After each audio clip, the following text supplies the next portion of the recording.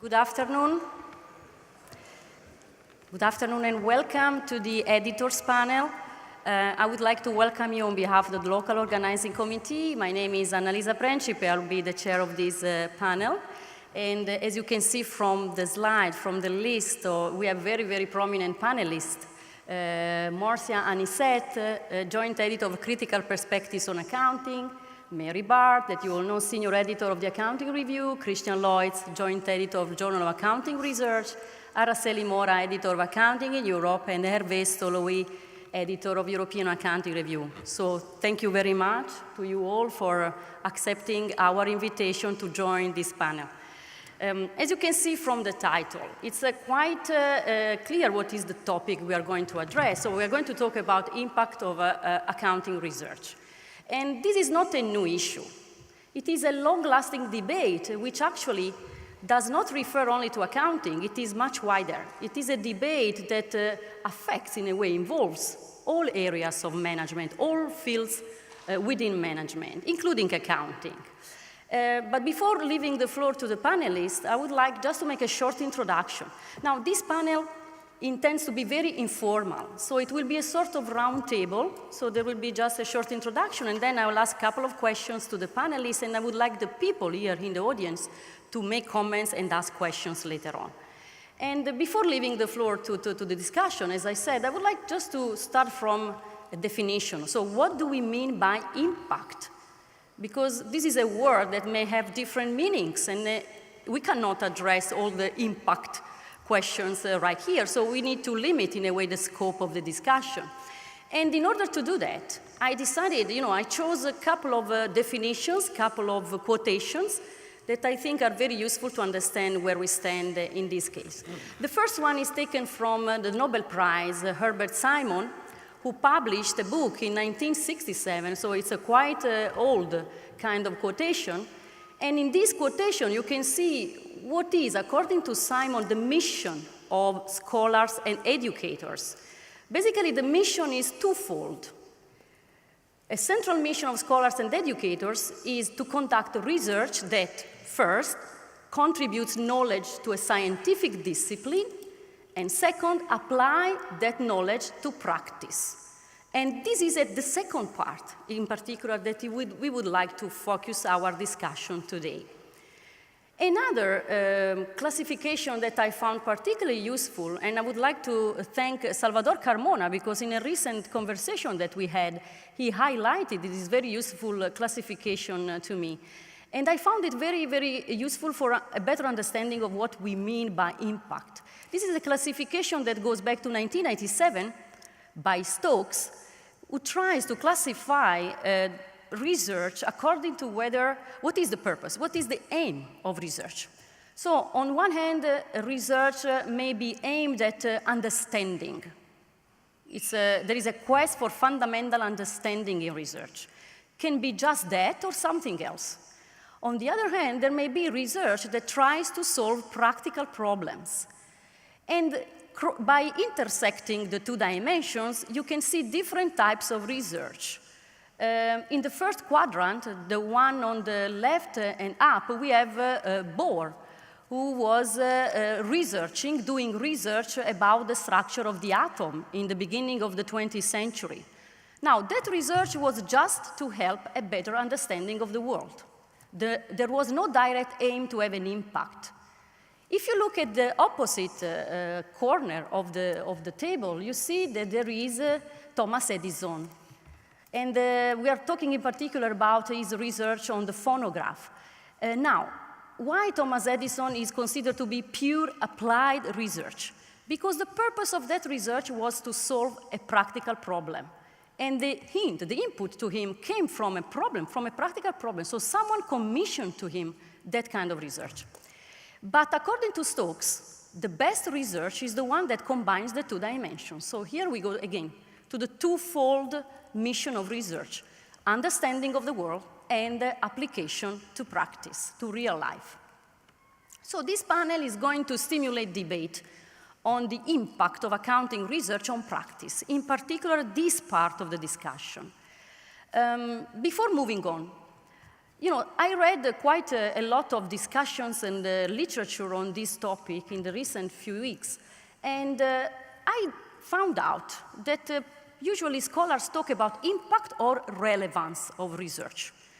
Now, that's my personal opinion, and maybe later I would like to hear also the opinion of the other people in this room, but I think that it's very different to talk about impact rather than relevance. I mean, all research is relevant. All research gives some addition, at least to an understanding, but not all research has an impact. So I think that that's why I use the word impact in particular, because having an impact means having an impact either on practice or on academia, because there is also the other dimension, which is impact on scholars, on academia.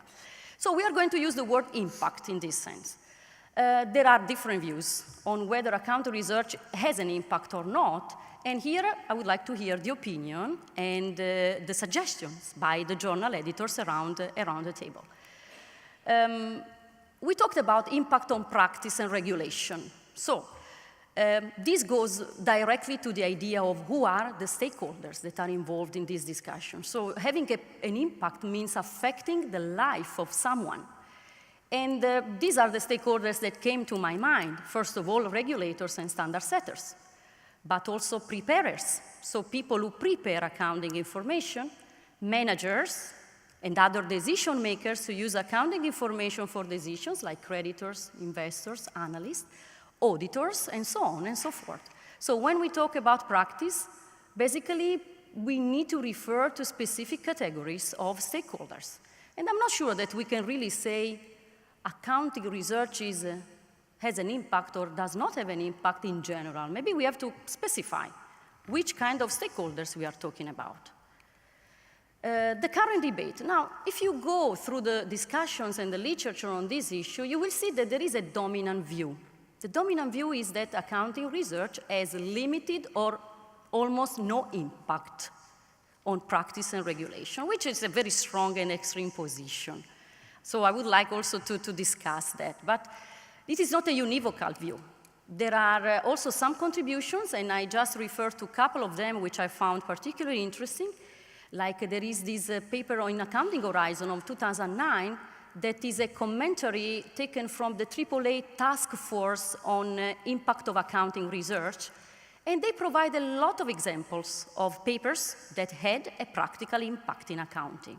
And the same was done by Kaplan last year in the opening speech at the AAA.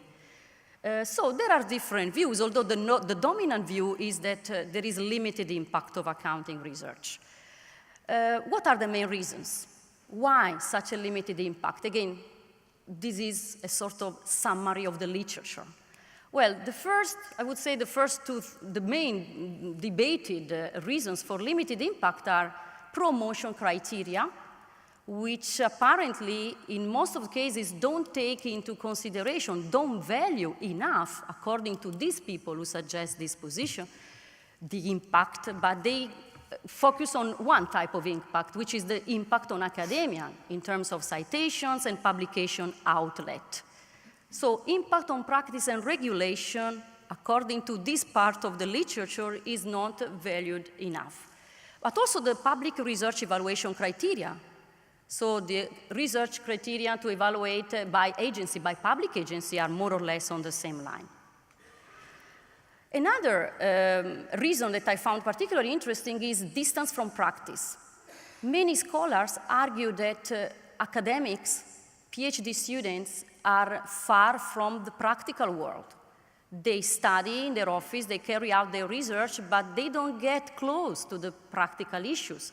And this makes the research less applicable to the real life. The language. Communication between academia and practitioner can be sometimes difficult. We use different languages, we use regressions, we use theory that sometimes are not easy to understand for practitioners. So this can be also actually considered to be a possible driver of limited impact. And finally, and here we come to the core of the discussion, top journals publishing policies. Certainly they play a role, because if to be promoted you need to publish in a top journal, So it depends on what the top journal publishes that we have this kind of impact or not, or at least there is an influence by them. So this is actually the core of the discussion. I mean, we are going to talk about the role of journals in this kind of setting, which is about impact of research. So as I said, I would like this to be very informal. And I would like to ask, first of all, a couple of questions to my panelists, and later on to leave room for discussion and questions from you. So the first question, and we can start from Mary, so I will start from my right, is actually to ask for their view. So what is your view?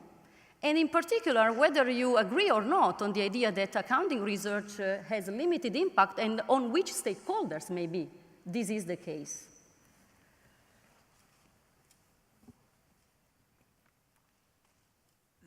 The stakeholder that I'm most familiar with is standard setters, and I think of the ones you had on your list. And much of my work is aimed at trying to provide them information and have an impact. One of the problems with knowing whether you have impact is the standard setters don't cite our work. They don't cite anybody else's either. So you can't point to it and say, aha, they must have read my paper because I'm in the reference list. There are no reference lists. But you have to think about their actions. And I know they seek research out, and I know they consider it because I know the people. And just because they don't adopt our view in many circumstances doesn't mean they didn't think about it and it didn't shape their thinking. I don't know if you remember Hans Hogevorst's plenary talk at the Maastricht EAA meeting a couple of years ago, when he literally laid out the red carpet for academics and said that he would be very, very happy to receive research that was relevant to what they were doing, and he was serious. At the IFRS update session yesterday, the presenting IASB board member, Ann Tarka, specifically asked participants to send her research on disclosure and presentation, papers related to the board's post-implementation reviews of fair value measurement, consolidations, joint arrangements, disclosures, discontinued operations, and anything else they had that they thought was useful to the board's work. So they do welcome it, and I believe they do consider it the best they can. But measuring the impact is very difficult. The problem is we need to make sure that the research we do is related to their work. We can't just say, standard setters should be interested in this paper without explaining why. And we have to make the link between the research paper and this question that they might be interested in clear, so they can see the link. Don't just say, here, read my paper and you'll figure out why it's so interesting. And we also have to make sure that what we send them is readable. And I think Annalisa raised this point about language. Whether that's making a very clear introduction, they don't worry about the econometrics in the middle. If you're doing empirical work, they trust us to get that right. They want to hear the introduction. They want to understand basically what's going on and then what the conclusions are. And I think we can make introductions and conclusions readable by people outside of academics, even if the middle of the paper is full of all kinds of jargon and econometrics. But then it comes to this distance from practice idea, I think. To be able to address questions that are of interest to people outside of academia and have impact, you have to spend the time to understand the issues that they face. Because if you don't understand the issues, you can't craft research that helps speak to those issues. So it's an investment that we have. And I think frankly, a lot of whether we have impact or not is up to us. It's not up to them. We have to understand their issues, craft research that speaks to their issues, and then help them understand why our research is relevant to what they do. But they need our help. They welcome it. I think we're in a very good position. And with respect to standard setters in particular, they have repeatedly said that we academics are probably the people they trust the most to provide them input, because we have no stake in the outcome of any particular accounting standard that they write. Everyone else they talk to wants a particular answer, whereas they feel like they can rely on our research that's been through peer review and very carefully done, rigorous, logical, all that stuff is very, very important to them. And so that's why they're counting on us to help them. Thanks, Mary. Marcia? Thanks a lot, Annalisa, for inviting me. Is this on? Okay. I think I want to start by saying that fundamentally, I believe that the impact of research, not just accounting research, is long-term, unpredictable, diffuse, and difficult to measure. So that's my priors. And my view on this is really informed by the case of Ronald Coase, whose career I've always been fascinated by. His deceptively simple research question, why do firms exist, led him to write in 1937 an article, The Theory of the Firm, based on research he'd done in 1932, actually. And that laid the foundation of Oliver Williams, as everyone knows, transaction cost economics, decades later. Coase's 1960 article, based on research he had done in the 1950s on how the FCC licensed broadcasters gave rise to the problem of social costs, which underpins the Chicago School of Economics and really underpins the neoliberalist regime within which we operate now.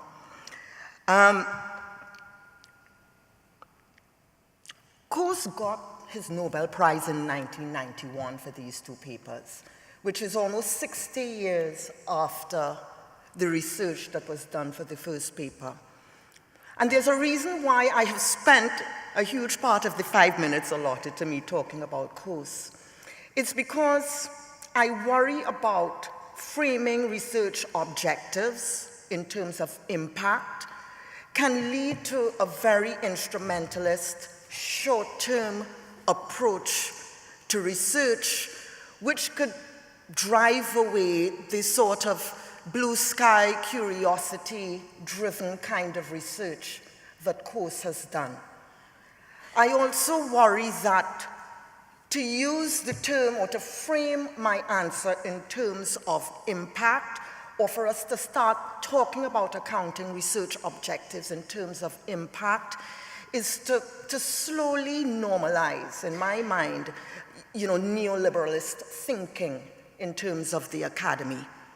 So, with all due respect, I'm going to do like my students, answer my own question effectively. And I prefer to, and don't get me wrong, I am not saying that I don't think that we should regularly pause and have some self-reflection on the state of accounting research.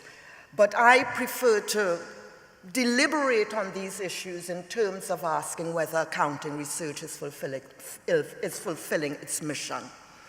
And when I think of what is accounting research mission, I think of two things, and one of it which resonates with what Annalisa has said, quoting Simon. Is accounting research advancing accounting knowledge?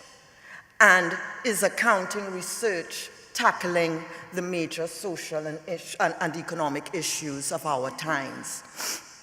You will see automatically, for me, and certainly from the research tradition and research community from which I come, we think of a far broader stakeholder group in terms of the audiences, the beneficiaries of accounting research. First, academia. I think academia is an important constituency. And when I say academia, I'm not just talking about accounting academia, but foundational disciplines, proximate disciplines, scholars of organizational theory, management, scholars of social theory, psychology, sociology, politics, economics. To what extent are our outputs, to what extent are the outputs of accounting scholarship inputs into their own intellectual pursuits? And secondly, of course, when I talk about accounting research having as a mission tackling the social and economic issues of our times, certainly, again, the research community from which I come don't necessarily see capital market actors as the major or the only constituency of accounting research, but certainly the broader public. So, you know, what about citizens, the ordinary citizen, social activist groups, social justice groups, citizen organizations, managers, employees? So that I think my 5 minutes is up. Yeah. And so the rest of the question I will tackle in the next rounds. Thank you, Marcia. Christian. Is this on? Yeah. Yes. So let me first say that I do share the concern that Marcia said, that the sort of impact thinking, especially if you define it narrowly, could lead to short-termism, and that is, I think, is problematic. But we can also define impact in a more long-term sense and think about, for instance, are we, as a field, building knowledge? Are we sort of cumulative? And to some extent, are we delivering a body of knowledge that we're kind of can rely on and that we feel is reliable and has proven and stood the test of time? And so that's sort of a point that I'll come back to when we're going to talk about how we could have more impact in the second round of questions. But having started out with a sort of point about the long term, let me say that at the moment, my sense is that our impact is actually, I'd go beyond what Annalisa was saying, I'd say it's dismal. And when I say dismal, I would make that statement based on relative comparisons. Right, so if you look at how much impact accounting has outside our narrow field, which is already a pretty small field to begin with, you know, we're rarely cited in finance, management, you know, and in the econ journals. I think obviously some of the issues have to do with specialization, right? We're more specialized than, say, econ or management. And I would also say that part of the problem may be that others ignore our journals and work even when it's relevant. So it's not, maybe not entirely our fault, but I really think that we need to make a stronger effort in terms of reaching out to the neighboring disciplines and engaging with them and broadening our own domain. And I'll talk a little bit more about that in a second. Now, when I was saying it's dismal, this was mainly about sort of how we're cited and how our work is recognized outside of accounting. If you want to go beyond citations, which is sort of where Annalisa was going with her opening remarks, there's an interesting study that just gives us some data by Burton et al. That recently came out on SSRN that looked at the altmetric attention score. So this is sort of a score that's designed to go beyond citations and to look at to what extent news sites, policy documents, social media are basically paying attention to research. And again, what you find is that first, that social science in general is gets a lower score or less attention than, and this is by social science, I mean here economics, finance, management, psychology, compared to the natural sciences. So some of it, I think, has also to do with the differences between being a social science, where the phenomenon are probably less stable and more gradual in nature. And maybe we are, as a field, less cumulative than, say, maybe the natural sciences are. But then even again, if you drill deeper and you go within social science, you find that accounting is by far the lowest in terms of impact among the business school disciplines. Finance, maybe this is the silver lining, are the second lowest, but they're still receiving a lot more attention than accounting does. And so here I feel like, again, you can say, well, we're maybe a smaller field, or maybe we're more specialized than, say, management or economics. But I think one of the key issues for me is also how we define our domain that we're working on. And I very much would argue that we should broaden the domain and think more about accountability phenomena that are outside the sort of, it is not just capital markets, it's maybe not just managerial accounting within the firm, but there's lots of issues related to governance and if you think about disclosure and where disclosure regimes, they may matter in healthcare, they may matter in, restaurant hygiene cards. There's lots of domains where I think accounting broadly defined as an information science could potentially have something interesting to say. Certification is certainly an issue that we should have something to say about. The one other thing I wanted to mention about the Burton study, which again provides a little bit of a silver lining, if you look when they drill sort of into what media is paying attention, the place where we actually do have more impact, relatively speaking, than say marketing or some other fields, is actually when it comes to the regulator, right? So if you look at policy documents, then the accountants and the finance as well are cited more, and that's consistent with what Mary was saying about our potential impact in the policy debate. And that is an important stakeholder, certainly for the financial accountants among us.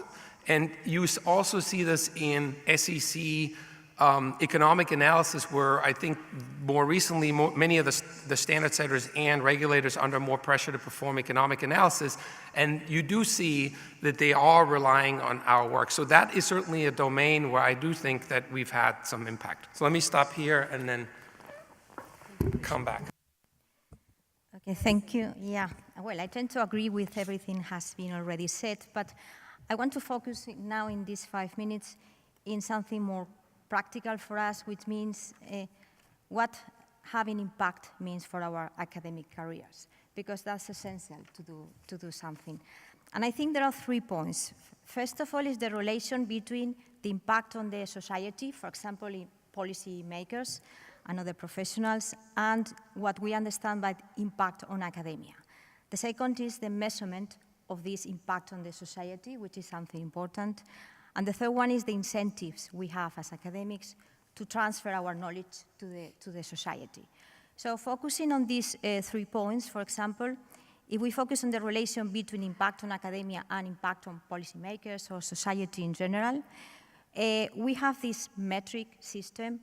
We know the limitations of this metric system. We also know that in the field of accounting, our situation could be even worse in the way metrics are calculated. But in many countries, in some countries in Europe, this is the only way institutions are measuring what we are doing in order to promote or in order to have finance for our projects and so on. What's happening is that many people, many researchers, and many papers, accounting papers, are migrating to other journals, non-accounting journals. So if we don't have an impact in our journals, it's not easy to have an impact on the policymakers, for example. So I think we are having a problem in that sense, which is affecting the impact we can have on the society. That's one problem, the metrics we have. The second problem is the measurement of the impact we can have on society, because we need measurement criteria. So for example, to measure how individual researchers or individual papers, the impact they have on society sometimes is very difficult. We have this basic research, which is not applied research, that can have an indirect impact. So it is very difficult to measure the impact of individual people or papers. And also, there is an impact which is never clearly measured, which is, for example, participating in the institutions. When academics are in institutions among policymakers or as in the regulators, for example, they are having an impact. Obviously, they have a background on research and they are transferring the knowledge to the society, but we don't have a way to measure this impact. So measurement of this impact is also difficult for us in terms of our career. And finally, the incentives. Which are the incentives we have to transfer our knowledge to the society? We need incentives. And sometimes, at least in some countries, we don't have an incentive to make the effort of being part of the institutions, of having this relation with professionals, with policymakers. So we should work also on incentives for academics to transfer our knowledge, to have a plain language, to do this type of things, so the society will be aware about what we are doing in another language that they will be able to understand.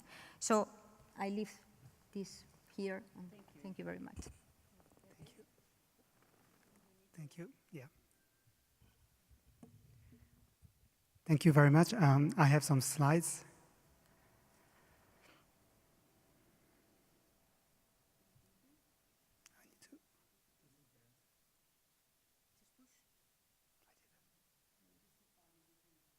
Okay, thank you very much. So first of all, I would like to thank Annalisa for inviting me. And I share all the views which have been expressed now. So I have a few slides. I will probably repeat some elements, and I will stress some other elements. So, of course, we all agree, I agree that research impact is, the impact of research is a very important concept. It's absolutely necessary. And there has been some debate. I think that academic research is not opposed to impactful research. We have to prove it, but there is no doubt in my mind. The major problem that we face is there is a problem with the measurement of research impact. And then it's a highly, highly problematic concept. There are too many measures. Many measures are biased, and there is a sort of confusion between the measure of research impact and the very concept of impact. So I will first start with a sort of negative view, and I apologize for that. So while preparing this very short presentation, I searched some elements on the web, and I found, for those who are interested in that, so I know it's a very small piece of paper. For those who are far away, you won't see it. But it's coming from Elsevier, and you have the reference here. It's called Quick Reference Cards Impact Metrics. So here you have, and you have the list on the slide, you have 14 measures. So I was familiar with a few of them. With some others, I never heard of them. So there are 14 measures to assess the impact of research. So we could start discussion. I have a lot of reservation concerning several of these measures, but that's the problem. We have too many measures, and there's a confusion between the measure of impact and the impact itself. So that's a sort of negative view of the things. Fortunately, there are some positive elements, and it's not surprising that with Annalisa we share the same source, because this paper is really interesting. Here I mention all the elements. I will not develop them, of course, not at all. But that's a very good way to be convinced that there is some impact of accounting research. And in this paper, it's a long paper, they did a real good effort to show and to give a real examples of topics, of papers which have been published and which have some impact. So it's financial accounting, it's tax research, it's accounting information systems, it's auditing research, it's managerial accounting research. So there are some evidence that we have some impact in accounting research. So I stop here and I have a last slide for the next round of questions. Oh, thanks a lot, Hervé. And I noticed that there are some words, some keywords that come, in the different discussions that we had, which are basically related to the measurement issue. Beside the issue of stakeholders, we have to talk about how to measure the impact, what is the time horizon, what is the scope of the impact. So I'm sure that later on we have the chance to discuss these issues again. Before moving to the open discussion, I would like to hear, again, another question to the panelists, and this is more specifically related to what they are doing. So, again, if you don't mind, I start again from Mary, just to let Hervé rest a bit. But so what are your journals planning to do or are already doing to address this issue of the impact on practice regulation, or if you wish, on academia? But this is more discussed and more well known. So I would focus in particular on impact on regulation and practice. Well, I think first let me say that the Accounting Review has no policy on this.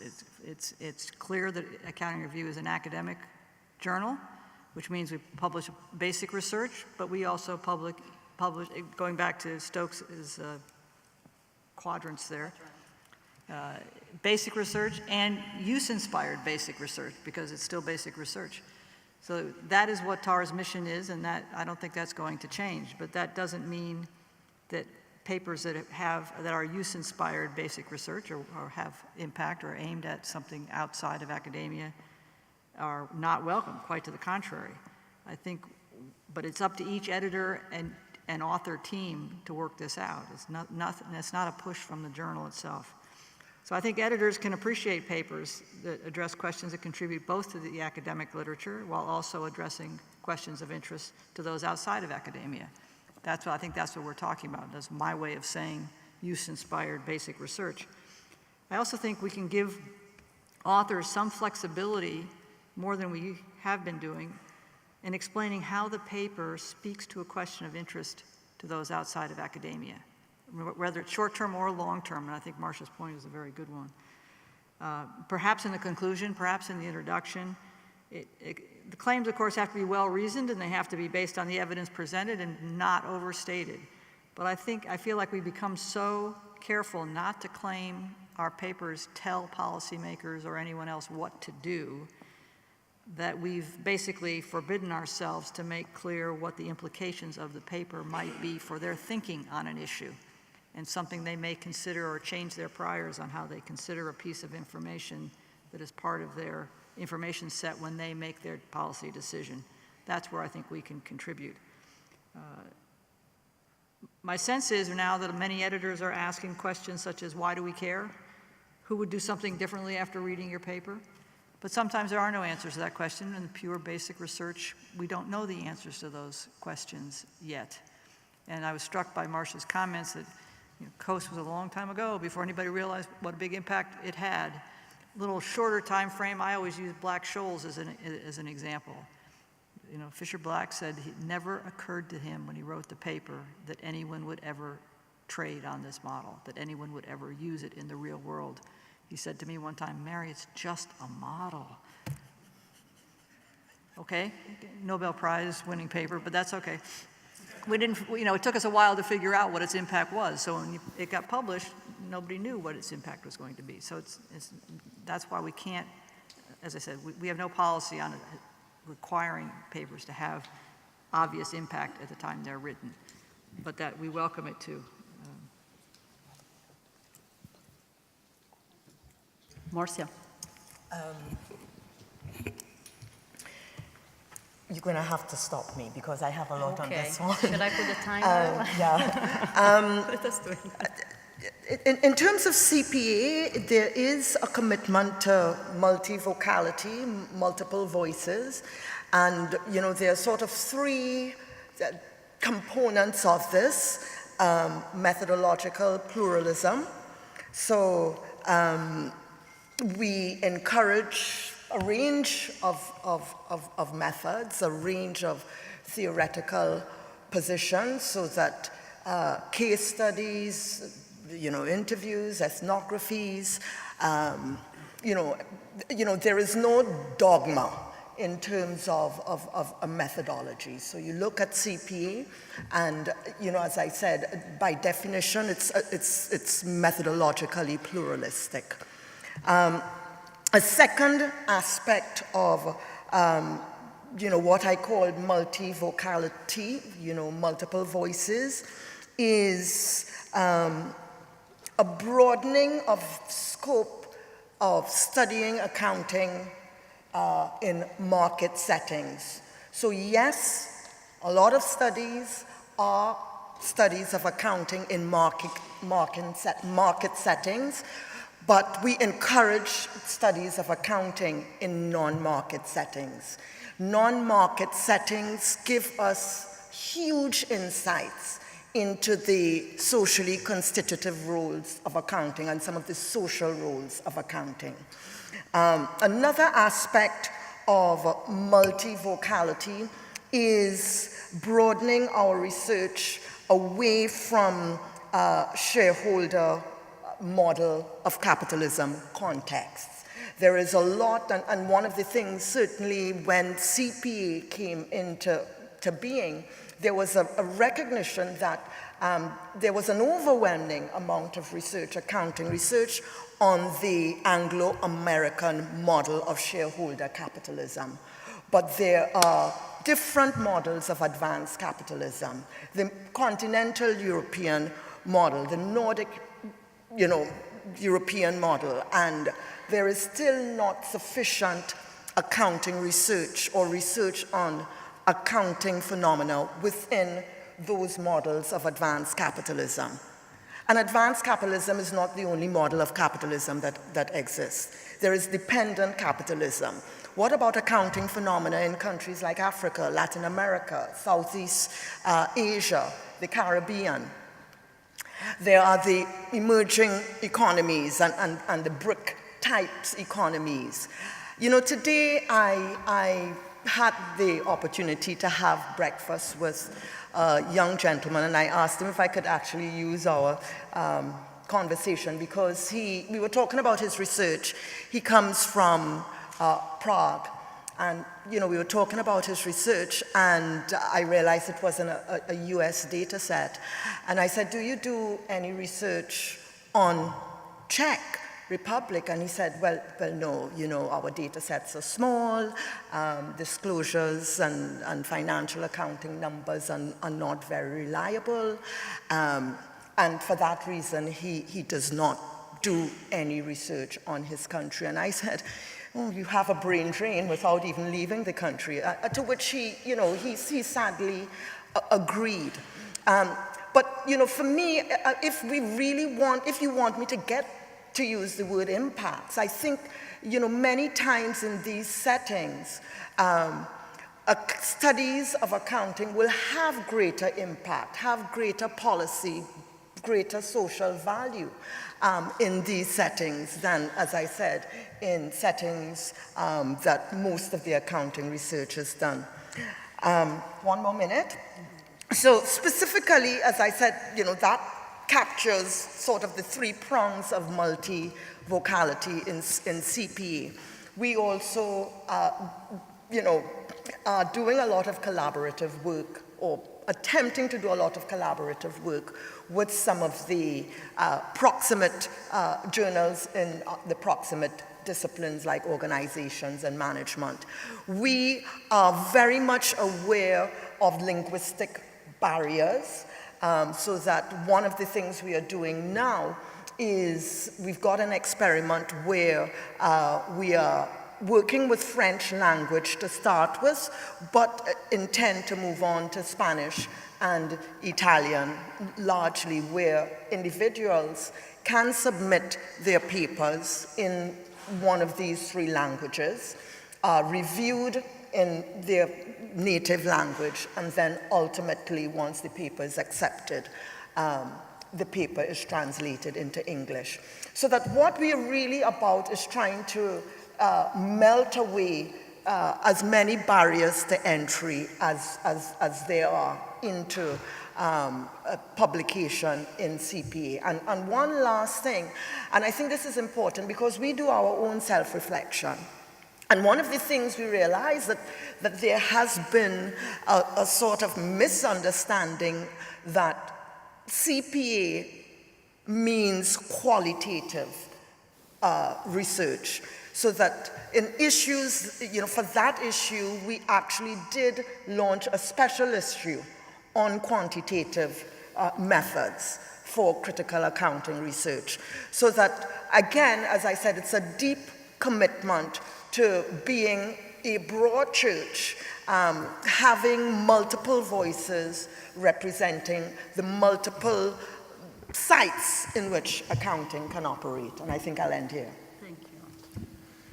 Okay, we don't have an explicit policy either, but I would say that journals do play a role or can play a role in broadening the impact of accounting research by broadening the research that we're open to. I think you do sometimes hear from reviewers or get the question to what extent something is accounting research. And so by that I don't mean so much the distinction that Marcia had about market versus non-market settings, but even within market and non-market settings, sometimes people too narrowly define what is accounting.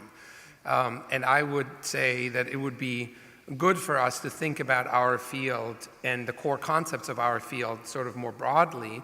Sometimes that leads to more descriptive papers, and I actually think this is another place where, especially perhaps some of the top journals could play a role, saying sometimes you have to take,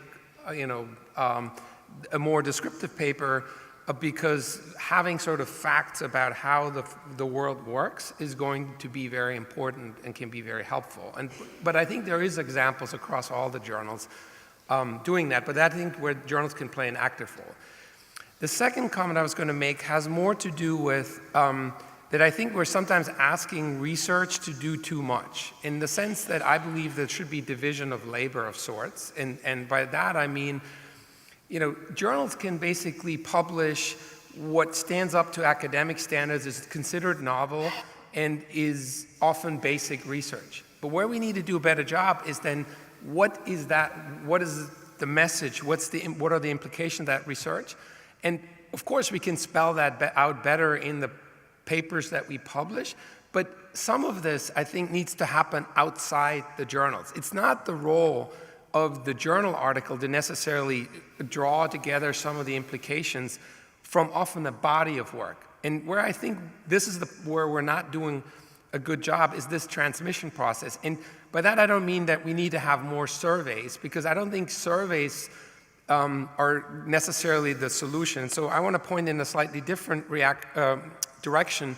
I've recently written about this in ABR, is the way I think often surveys work is that we do them by methods, right? Rather than what we should be doing is by topic. So if you want something on disclosure, that we draw and what do we know from different areas of accounting research with different methods, and sort of bring everything together on a specific topic. And if you look outside of the discipline, for instance, if you look in medicine, the way they do reviews, so there's these formal Cochrane reviews, and there is a social science version of the Cochrane reviews that are called Campbell reviews. And what they do is they define a question. So this is does the use of antibiotics, is it advisable in a, and then they have a certain pathology or medical situation. And then they get together a team often of hundreds of people that are contributing to this review, and in essence are thereby creating kind of what is our cumulative understanding of this particular question. And there is guidelines for how these reviews are supposed to be done, and including standards for like how we're going to weight certain evidence depending on how the evidence was generated. Right? And I think what we're often doing, we're generating this research, and then we're hoping that somehow it finds its way to the policymakers. But the policymakers often, A, they don't have the time to invest to understand our language, what exactly the implications are. But then on top of that, they also need to assess the methods. And we're asking a lot for them to understand, is this more reliable research design versus another one? And I think that's where we need to do some investments. And I don't think this is a matter of just having a few reviews and a few surveys. I think if we're serious about that and we're serious about having more impact, then we need to invest in an infrastructure where we basically make this part of our profession and our academe, that some generate the basic research and others help in the transmission process, and maybe some of us do both. But I think looking a little bit outside our narrow field would be helpful.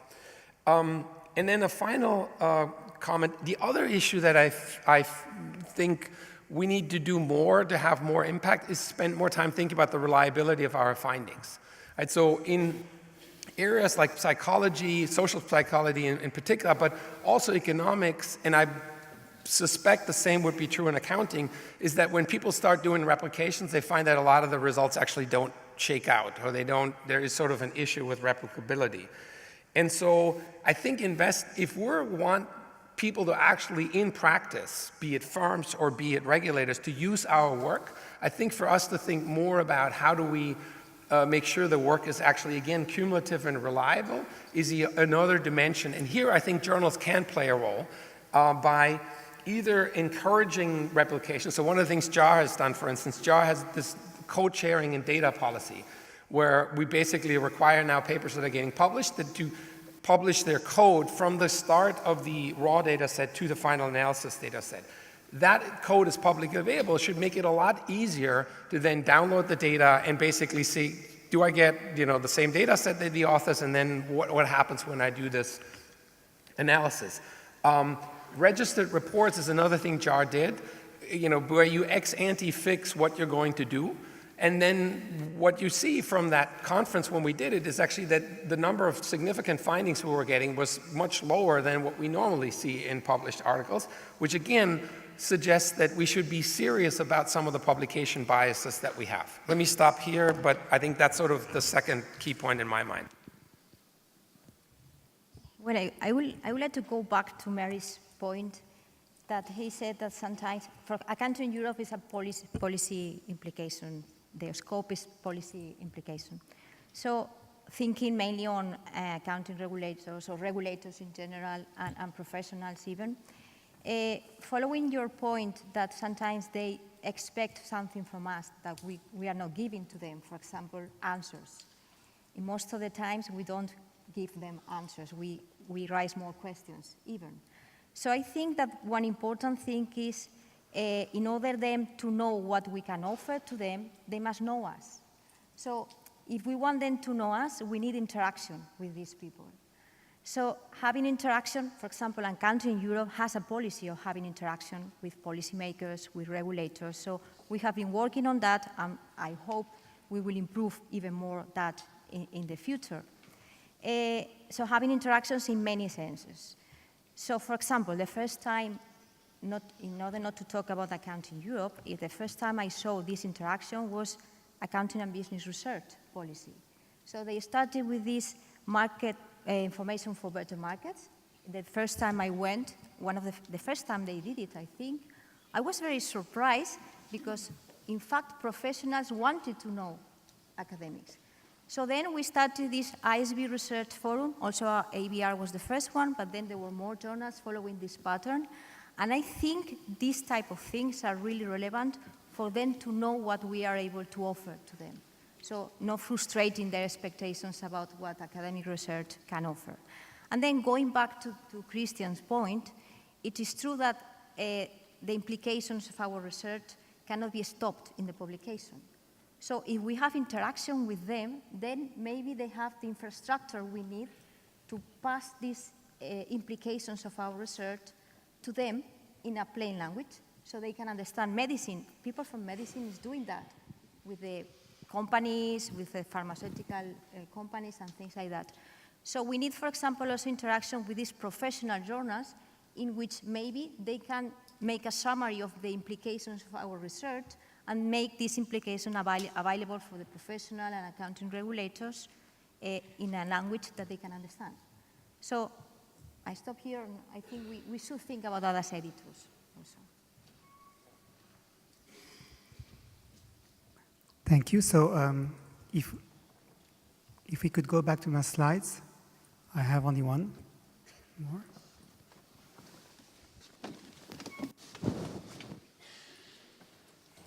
Okay, thank you very much. So I will try to answer your question, which was what we could do as the journal editors. So that's a few ideas, which several of them have been already mentioned. The first one is related to special issues. You mentioned the ISB Research Forum. That was one occasion we had to interact directly with the standard setter. I think it was a very, very good opportunity, very good experience. In general, with the special issues, we have some flexibility in choosing the topic, and we could choose some topics that we think could have more impact for regulators or practitioners or for the society. So that's one direction. Another direction, we all know that for many journals, that we are asked more and more to provide the economic significance of the results. I think that we could even strengthen that, we could develop that, we could improve the way we show that, but it's a second possibility. The third one is, I don't know if you are familiar with some other fields, some strategy fields, but if you ever read the Strategic Management Journal, now they require 2 abstracts, and 1 research abstract and 1 managerial abstract.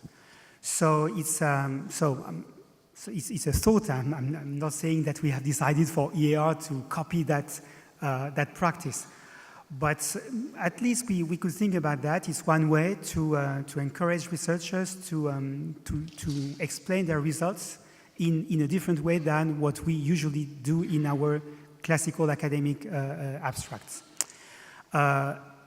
Finally, another point, very practical, would be to ask more, because many authors do that already, but would be to ask more the authors to stress their impact. It's not only the contribution, because contribution is one thing, contribution with regard to past literature, but here it would be even to stress more the impact of the paper on different aspects, regulation, but also society and other elements.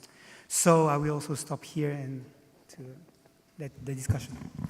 Thanks a lot. You know, I see that many interesting points were raised, going from the language to the way journals or someone else, you know, even beyond journals, should disseminate research and make this easy to understand and to use by practitioners and regulators. I would like not to take too much time. I really would like to hear your opinion, your comments and questions from you for our panelists. This is a unique occasion, you know, to share your views, which can be in line or very different from what you heard. So we have here a microphone, I guess. Yes. It's over there. Okay. So any question? Okay, from the very first row. Yeah, first I'd like to make a comment. You know, this year is the 50th anniversary of Ball and Brown, right? Black-Scholes was published 5 years later, right? So the idea that there is some hidden gem in Accounting Review or JAR that will win the Nobel Prize and validate our existence suddenly sounds absurd, right? You know, I just had a comment on what Mary said.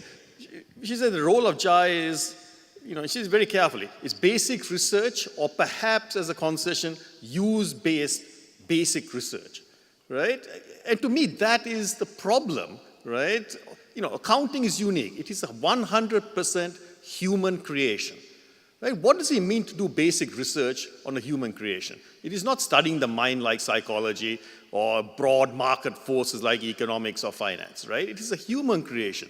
And if you only focus upon so-called basic research, trying to replicate the mentality of the hard sciences, no wonder you lose impact, right? I mean, when I came into this accounting, I was told we were the thought leaders of the accounting profession, right?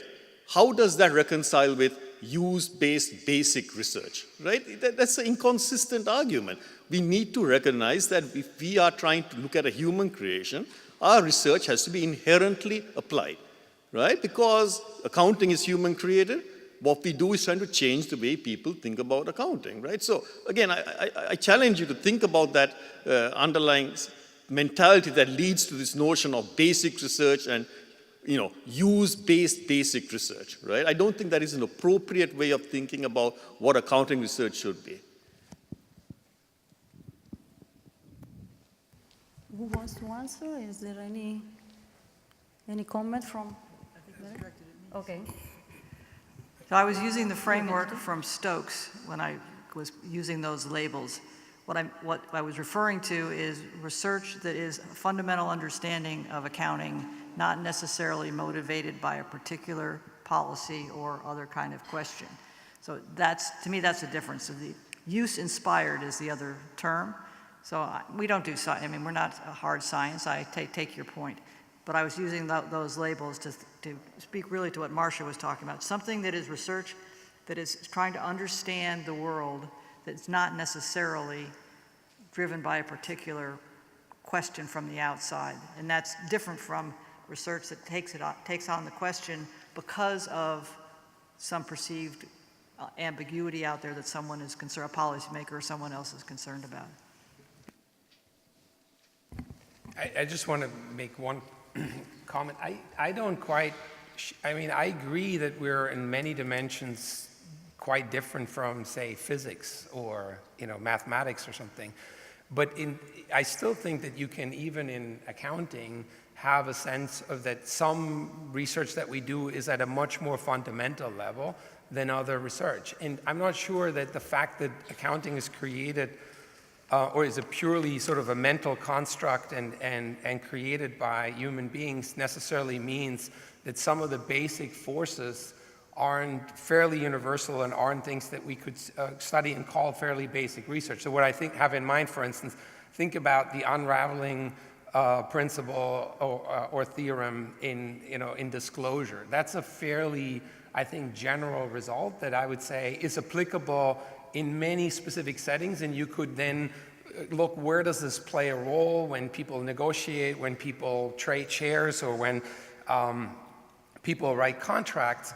But I think understanding some of these very basic forces Similarly, I'd say you referenced Ball and Brown. I'd say Ball and Brown is a very basic relationship between, when does information get into the share prices and when is this reflected.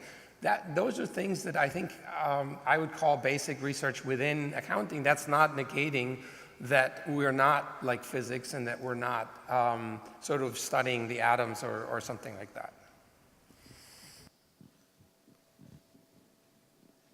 Something that, that I said that basic research sometimes is so necessarily to do applied research that this impact could be indirect, but analytical papers, methodological papers are very important to have better applied research. So it's not easy to measure the impact in that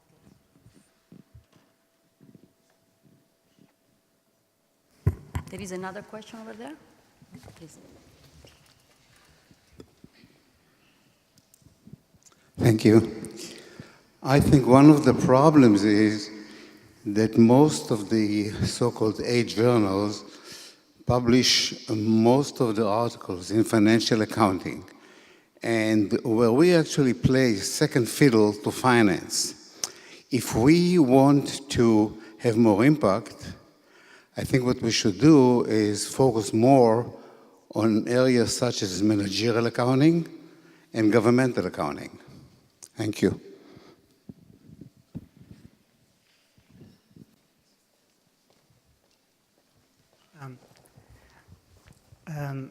I think we all have a policy of being open journals, okay? Reality is based on submissions that we receive, all right? And every year I prepare for the journal, I prepare statistics. And when I began my term, I wrote, I said many times that we are open, that we would like to receive in all feeds, and I mentioned explicitly managerial accounting, management control, sociology, qualitative papers. I mentioned that. And the result, and I have a team, I created a team with associate editors who can handle these papers. The result is submissions did not come. Or, they remain stable, but I didn't have an increase.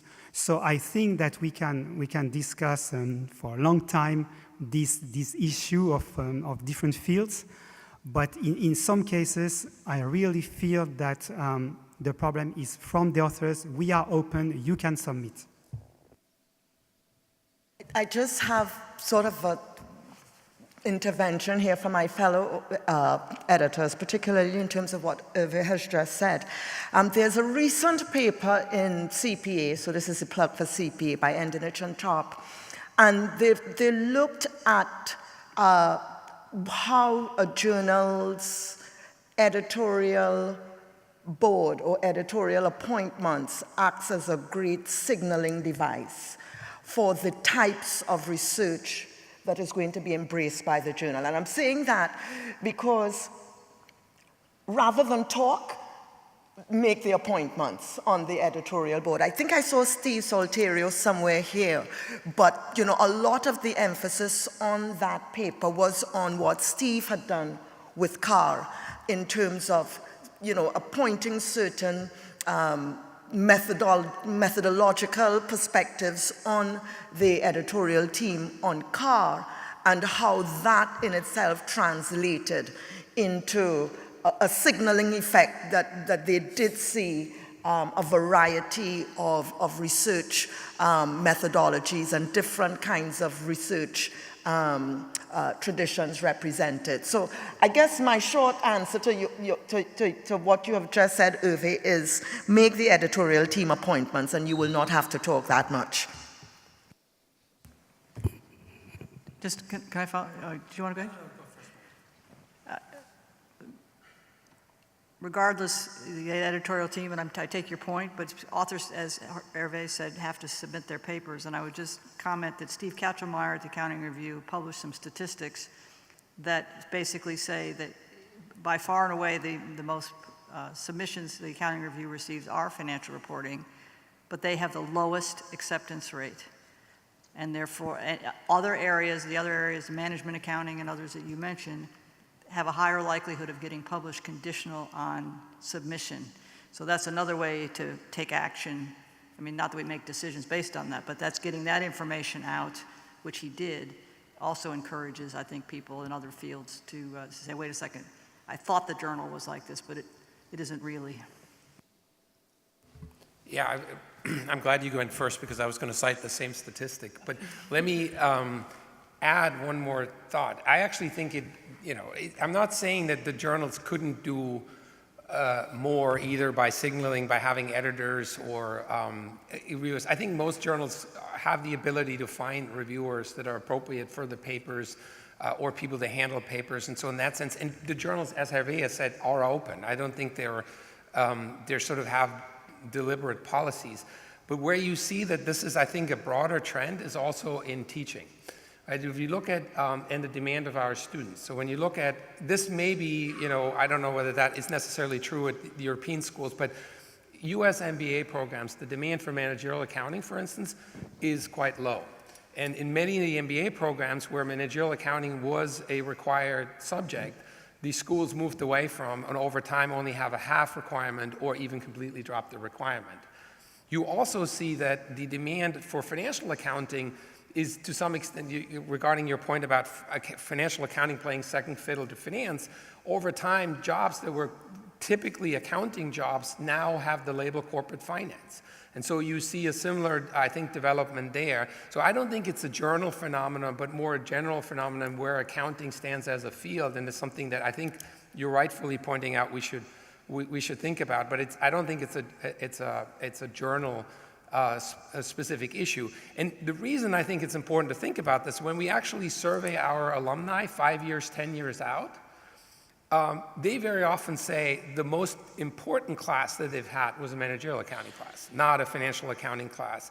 And so, because it makes sense, because a lot of the MBAs, for instance, over time then have moved up into managerial positions, and all of a sudden they realize how important it is for them to understand managerial information systems and the concepts that were taught in managerial accounting. So I don't think it's a lost battle, but it is something that we need to think about more broadly, and I don't think it's a narrow journal issue.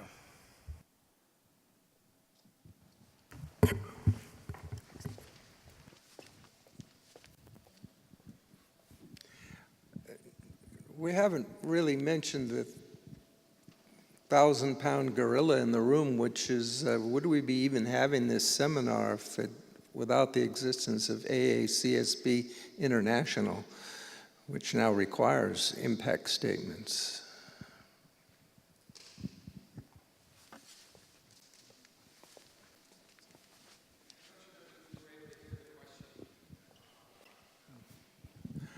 Okay, all I really said was AACSB International requires impact statements, but we haven't mentioned them or what the influence they have on us.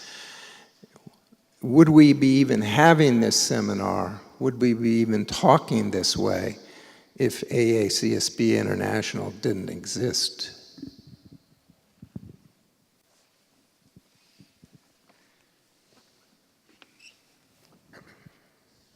I would say that the simple answer is the fact that we didn't mention them means that I think we should have this debate regardless, right? I think there is a more general, broader push about, the sort of impact debate, but I don't think it's driven by these impact statements per se.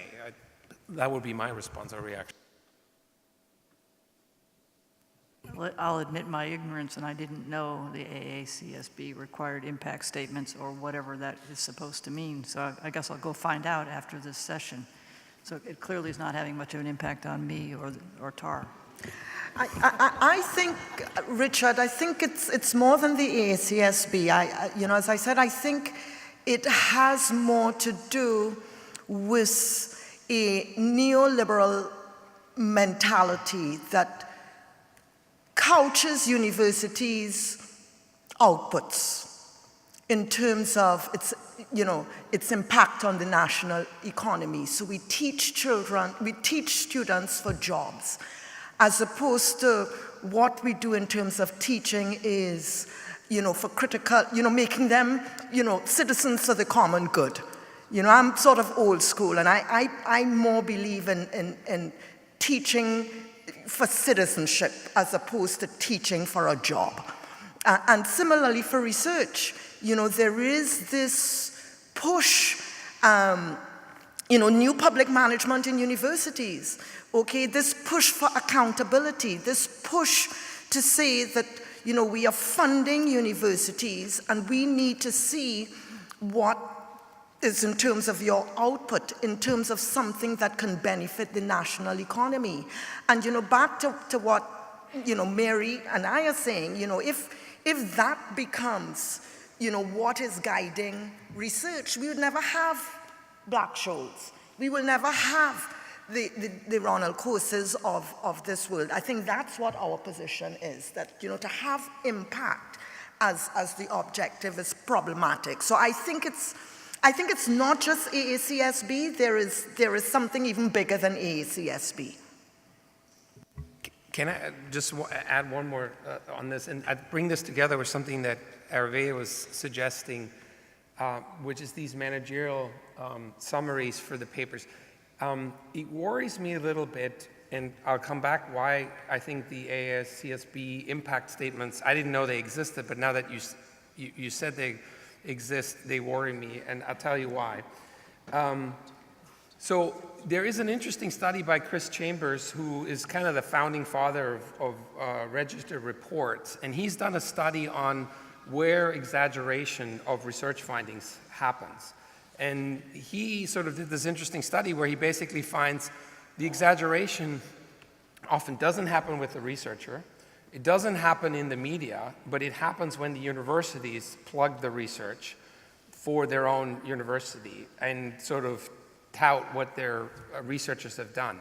And so this is where I fear that either incentivizing researchers to sort of do more advertising and talking more about impact, or having the institutions, and that's sort of where the link is to the AACSB, is demonstrating where they have impact, would be things where I'd say there's going to be some risk that this is where the exaggeration and misinterpretation of research could be taking place. So I would prefer, that's why I feel like this division of labor idea I was introducing earlier would, in my mind, make a lot of sense. These, Campbell, Cochrane type of reviews, for instance, are meant to be independent and they follow certain guidelines, and they're not necessarily done by the researchers that do the research. So I think for us to think about how do we think about the field more broadly, and can we create an infrastructure where we, have some research that's being generated, some of it is more basic, some of it is more applied, and then we think about how this research cumulatively answers certain questions.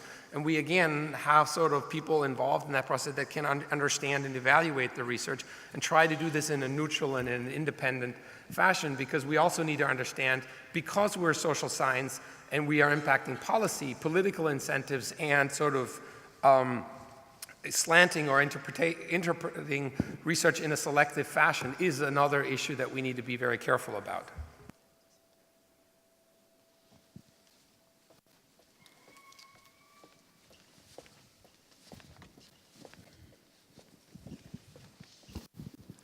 Steve Salteria. Christian has said something I think that most people have missed in this room, and that is that the unit of analysis for impact is not necessarily the individual paper. And separately, working in financial accounting and in auditing, we have come to the same conclusion. There needs to be some different sort of institutional support out there to actually create an evidence base in a way that can be understood by other parties. But this means that the individual paper no longer is the unit of analysis. However, I've been doing this for 3 years. I first heard you talk about this at least 18 months ago in Glasgow. How has the uptake been on this idea that we need to actually put out this different type of analysis if we really want to talk about impact for research?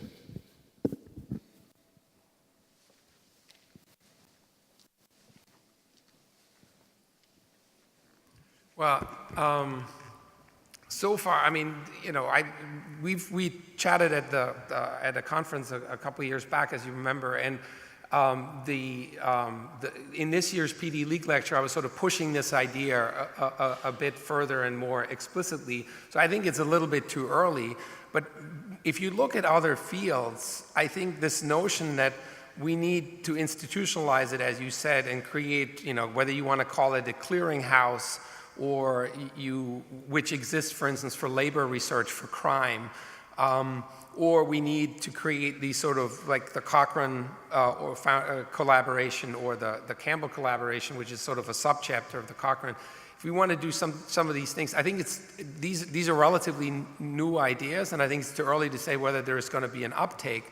But I think we also need to have the policymakers be serious about that too. It's like if they want this, then we need to be doing this in some kind of partnership. And that to me is the other side of the equation.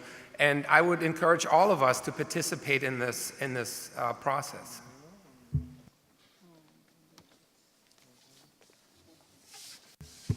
Is there any other comment or question? Over there. Cynthia.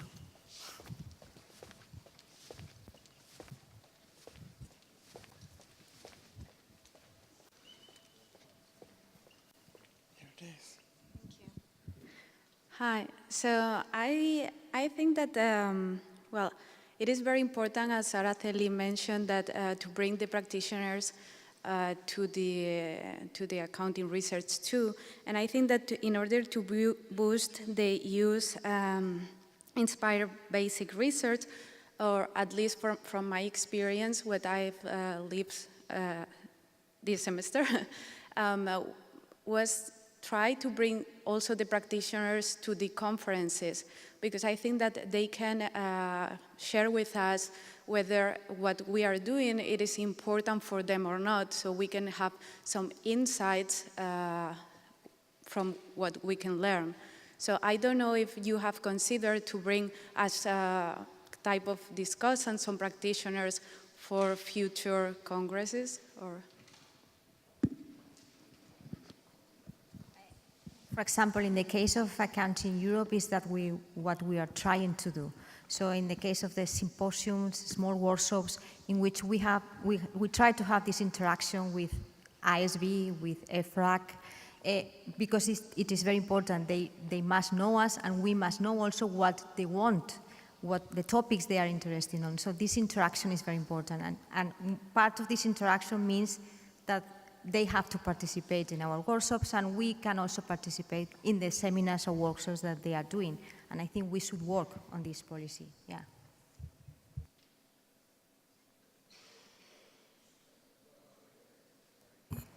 I was just going to say, such conference, TAR doesn't have a conference, and so I don't have any ability to invite anybody to anything, but I participate in other conferences that do exactly this, and it's all about, as Araceli said, developing a dialogue and getting to know each other so you know what's going on. And one is the FASB, the Financial Accounting Standards Board in the U.S. has an annual research issues conference, and that's a combination of standard setters, users of financial statements, preparers of financial statements, and academics. And they put up on whatever topics they're interested in getting discussion about, not answers, but to hear the discussion and have small groups of mixed groups talk to each other about how to think about these issues. It's been going on for, I don't know, a long time, 20 years or more. And I think that's had a big impact in the sense that we have gotten to know each other, and there is a dialogue. I was just attended the CARE conference last week, and was macro accounting, and there were economists, accountants, and practitioners there as well. And it's all part of trying to do what you say. So I think this is happening. From my standpoint, at Accounting Review, we don't have a conference, so I can't say that specifically, but I agree that it's a good thing to do. I agree with both what Araceli and Mary said. Let me just add one more thought and maybe draw together a couple of comments and add another footnote to Steve Silterio's question, which is I think this engaging more with regulators and practitioners is really critical and important. If you sort of think about what often holds us back, for instance, to draw tighter or more reliable inferences, maybe draw causal inferences, often has to do with lack of data. And I think the gentleman's question about to what extent do we have, not enough managerial research also has something to do with lack of data. And so engaging with regulators and practitioners and kind of actually putting them a little bit on the spot and saying, look, if we want more evidence-informed policy or evidence-informed practice. I mean, think about Stephen was referencing evidence-based medicine. Evidence-based medicine is actually about practice. It's a lot of times about what should a doctor do in a certain situation, right? So it's not just about policy. If we really want that, I think we need a lot more data. And a lot of the data resides within companies. So engaging with the practitioners, convincing them about why we have something to add and why analyses would be something that benefit them would be very important. And the same true is with regulators. Regulators sit on a lot of important data, and being able to do sort of independent analyses of that data to guide policy would be really important. And this is where I feel both practitioners and regulators can't have it both ways. You can't say, oh, we want more of this and we need more reliable analyses, and then at the same time say, oh, we can't share the data or we can't provide this.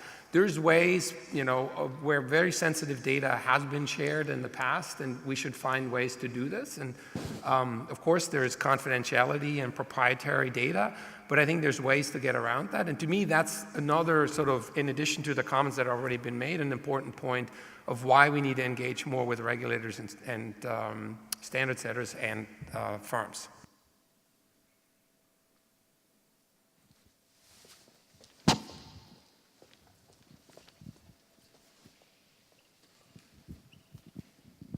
Robert Hodgkinson, ICAW, and Christian was kind enough to reference the PD lecture which we invited him to give last year. Could I just offer a couple of reflections? And it picks up on the earlier point about accounting being a sort of human creation. Even speaking as representative of a leading accounting body, I mean, accounting is not an end in itself.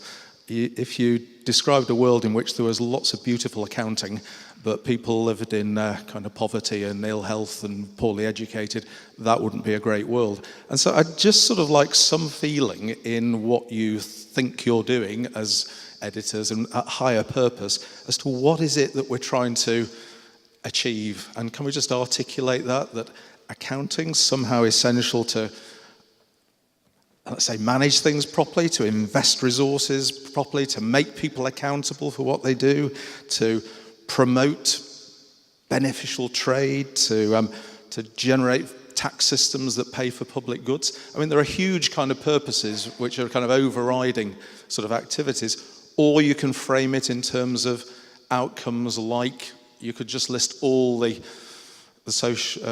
Sustainable Development Goals of the United Nations and say none of those are achievable without accounting. And so draw people into the topics by either those big kind of outcomes or those generic activities where you need accounting.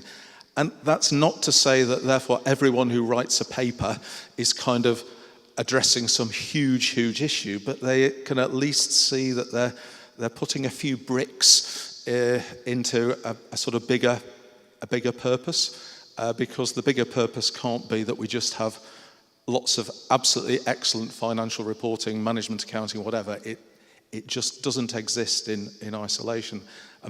Maybe that's a way of just getting beyond the sort of impact debate and thinking that we're kind of looking for things which are short-term, long-term, or that we get bogged down in the measurement. It would just be nice to see what the motivation is ultimately for the Accounting Academy or for journals. How does that play a bigger role? And then at least people doing their little bit of work, because we're not all going to be cozies, and we're not all going to make a huge difference with every paper, but people can see what they're contributing to, which are you know, those fundamental activities of good management, kind of good accountability, sound investment, good trade, fair tax systems, whatever else you want to have there which support good activities. That's how we think of what we do, because we don't try and recruit people to do our work by saying, actually, just doing accounting is a real cool and remunerative activity, because actually they might get the remunerative bit, but they don't get that it's cool in itself. But they can get the idea that it's a way of getting things done, making the world a better place, being insightful to help with economic activity. And I think that can be economic activity viewed through any political lens. This isn't, and I pick up the points on neoliberalism and everything else, but actually can be with any lens and any set of objectives, but at least you're interested in them in a kind of broader set of purposes. Thank you.